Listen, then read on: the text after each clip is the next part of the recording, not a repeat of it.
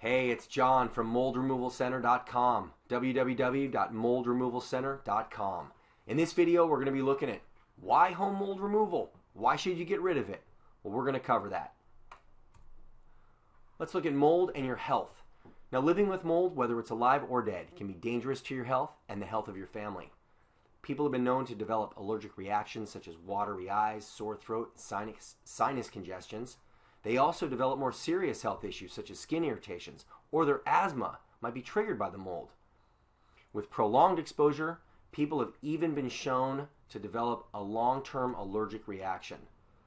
Basically, it's advised to have minimal exposure to mold anytime, especially in households that have elderly adults, children, or pregnant women. Now, here's the types of mold. Mold comes in a million different shades of color. Gray, green, black, white, and everything in between. It can be fuzzy, it can be furry, it can even be flat. Now, if the mold in your home is black, special care needs to be taken when removing it, as some black molds can be very toxic and way more harmful to your health than the other molds. Mold can grow almost anywhere. If it was alive at one time or made of something that was alive at one time, it can have mold growing on it. Even surfaces that don't fit into this category but that have dust or lint on them, mold can grow there too.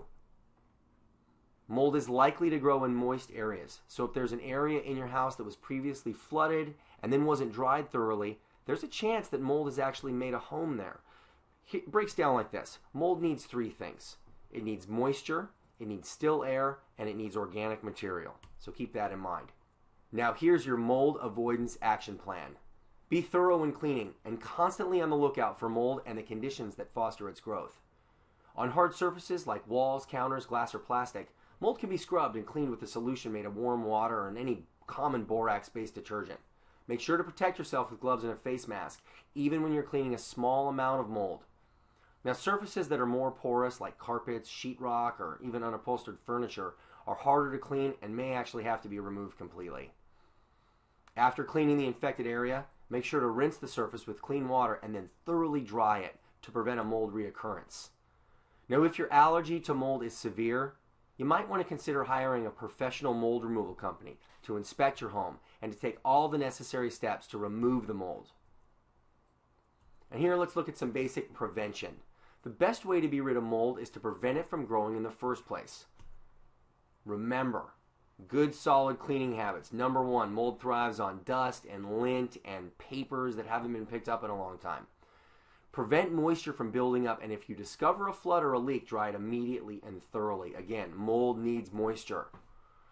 3, be vigilant about keeping household items and counters dry. Back to the moisture thing, folks. And remember, without a damp environment to grow in, mold is very preventable. If you got any other questions about how to get rid of mold from your basement to your shower, your windows, and anything in between, visit moldremovalcenter.com. Visit us anytime you want to be mold-free.